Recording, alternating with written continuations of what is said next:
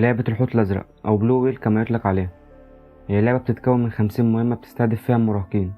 في البداية بيقوم الشخص بتسجيل لخوض التحدي، يطلب منه نقش الرمز التالي F57 أو رسم الحوت الأزرق على دراعه بأداة حادة، وبعد كده بيبعت الصورة للمسؤول للتأكد من إن الشخص قد دخل في اللعبة فعلا. بعد كده بيدي الشخص أمر بالاستيقاظ في وقت مبكر جدا في الفجر.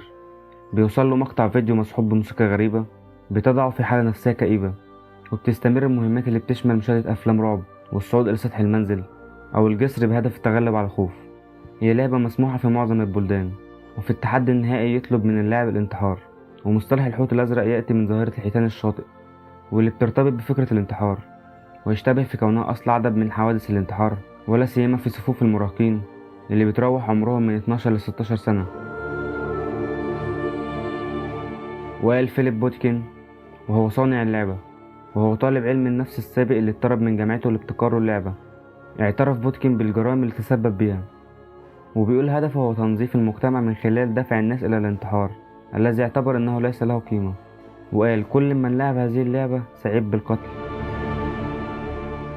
عرفت لعبة الحوت الأزرق في روسيا عام 2016 استخدام أوسع ما بين المراهقين بعد أن جلبت الصحافة الانتباه إليها من خلال مقالة ربطت العديد من ضحايا الانتحار بلعبة الحوت الأزرق، وده خلق موجة من الذعر الأخلاقي في روسيا. وبعد كده اتقبض على فليب وأدين بتهمة التحريض ودفع ما لا يقل عن 16 فتاة مراهقة للانتحار حسب ما اتقال في صحيفة الديلي ميل، مما أدى إلى تشريع الروسي للوقاية من الانتحار. وتجدد القلق العالمي بشأن ظاهرة الحوت الأزرق، وبيقول إنه بدأ في دعوة مجموعة من الأطفال وتعيين مهام بسيطة لهم، وكتير منهم بدأ ينسحب. أما الأشخاص الذين يظلون فيتم تكليفهم بمهام أكثر صعوبة وأكثرهم صرامة، مثل الوقوف على حافة المنزل أو التسبب في إصابات جسدية. وطبعا فيليب بيستهدف الأطفال بعناية اللي عندهم مشاكل عائلية واجتماعية، ودي بعض الحالات اللي انتحرت بسبب اللعبة. تم العثور على آلة من كارسون سيتي تم شنقها حتى الموت في مارس بعد أن أصبحت مهووسة بلعبة الحوت الأزرق. وفي ديسمبر قفزت فيلينا بيفين البالغة من العمر 15 سنة من الدور ال13 في ماريبول بأوكرانيا وتوفيت على الفور.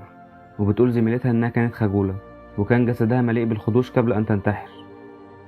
سقطت أنجلينا دافيدوفا البالغة من العمر 12 سنة من الدور ال14 في مبنى في وسط روسيا يوم عيد ميلادها 2015 بعد 50 يوم من تسجيل الدخول إلى مجموعة مستخدمين تسمى Wake Me Up at 420. في الأسابيع اللي سبقت وفاتها أصبحت الفتاة مقتنعة بأنها كانت تعاني من زيادة في الوزن وأكلت السلطات الخفيفة فقط. توفت بعد 50 يوم من الانضمام للمجموعة. وأخيرا حالة نجت من الانتحار مش مذكور اسمها، وبتقول ذهبت إلى المرحلة الأخيرة من اللعبة قبل الاستسلام، وقدمت للمحققين الحكوميين أدلة بالغة الأهمية، وكشف مدى سهولة الاستسلام لفخ بوديكين مثل جميع المراهقين الآخرين. أمضيت الكثير من الوقت في الشبكات الاجتماعية، شاهدت رابطا للنقر فوق صورة مخيفة ثم أخرى، ووصلت أخيرا إلى أحد المجموعات التي تروج إلى الانتحار. وقالت كان هناك الآلاف من هذه المجموعات، لذا كان من السهل الانضمام إلى واحدة منها. وبتقول أعطوني بعض المهمات التي أكملتها بسهولة، وأخيرا تم اختيارها للانضمام إلى مجموعة صغيرة من المراهقين حيث لاحظت من قبل فليب. وبتكمل وتقول تلقيت دعوة للانضمام إلى مجموعة مغلقة دردشة ليلية عندما كان عليك أن تستيقظ في تمام الساعة 4 كل ليلة ليلا بعد ليلة. المجموعة اللي أنا لسه قايل عليها من شوية اللي اسمها ويك مي أب. وبتكمل مع تراكم من أي وقت مضى وانخفاض القدرة على اتخاذ قرارات واضحة، في الواقع أي قرارات على الإطلاق. قالت كان منتصف الليل، رن المنبه، استيقظت وحصلت مباشرة على هاتفي. كان علي مشاهدة الفيديو مع الصور التي تدور كل ثانيتين من المراهقين وهم يقفزون من فوق الأسطح ويقتربون من الجثث والفم الدموي وبركة الدماء تحت الأجسام. كان الفيديو مصحوبا بموسيقى مزعجة للغاية مخيفة مع صراخ الحيوانات والحيوانات الأليفة أيضا، وكانت تبكي مثل الأطفال يتعرضون للتعذيب. شعرت بالفزع الشديد بعد مشاهدة لهم، وأردت أن أفعل شيئا ماديا، أما نفسي أو شخص آخر، لقتلهم وتدميرهم. وبتكمل عندما كتبت أنني أريد المغادرة فإنني تلقيت إساءة وتهديدات من المسؤول. لقد شعرت بالضعف لأنني ضعيف ولا أشعر بالسوء بما فيه الكفاية عن حياتي. كان علي مراقبتها حتى أمرني المدير بالتوقف وأمرني بمحو كل شيء. وقال بريدو حتى الشخص البالغ شعر بالصدمة في هذا الوضع. أخبرت الفتاة عن فيديو آخر، الفيديو عبارة عن موسيقى قاتمة للغاية وشاشة سوداء ثم وميض أحمر ومراهق كان يقف على قضيب السكة الحديدية يصطدم بالقطار مع الموسيقى والصراخ والهتافات التي تمزق قلبك إلى أشلاء. شعرت بالسوء حتى الاستماع إليها، وقالت إن الفيديو عزز فكرتها حول الانتحار. أخبرها فليب إن الحياة كانت مروعة وإنها لن تتحسن أبدا، وإنها لم تكن مثيرة للاهتمام، وكيف إن والديها لم يكونا في حاجة إليها، وإنهم لن يفهموها أبدا. كما يقول: من الجيد أن تموت صغيرا.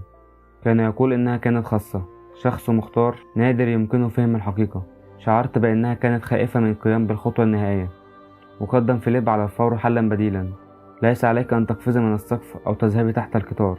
قال: لا بأس بتناول الحبوب، إنها غير مؤلمة. البنت دي مرت بتأهيل نفسي طويل جدا، وهي حاليا أفضل بكتير، ودي كانت شخصية نجت من الانتحار. ليه اللعبة مش ممكن تتحجب؟ ده سؤال. الإجابة بقى: علشان مش متوفرة سواء على البلاي ستور أو الأبل ستور. لو كانت موجودة على أي متجر كان زمانها محجوبة، ولكن للأسف اللعبة بتنتشر من خلال روابط مختلفة على مواقع الإنترنت، وهو اللي بيخلي من الصعب تتبعها. ده بالإضافة إن اللعبة متوفرة بأكتر من اسم علشان يبقى من الصعب الوصول ليها من طرف الحكومة، وممكن إرسال روابطها من خلال أي منصة على الإنترنت. وده كان موضوعنا النهاردة عن اللعبة الملعونة الحوت الأزرق. وفي الآخر، خلي بالكم من ولادكم، خليكم قريبين منهم وبلاش تتجاهلوهم.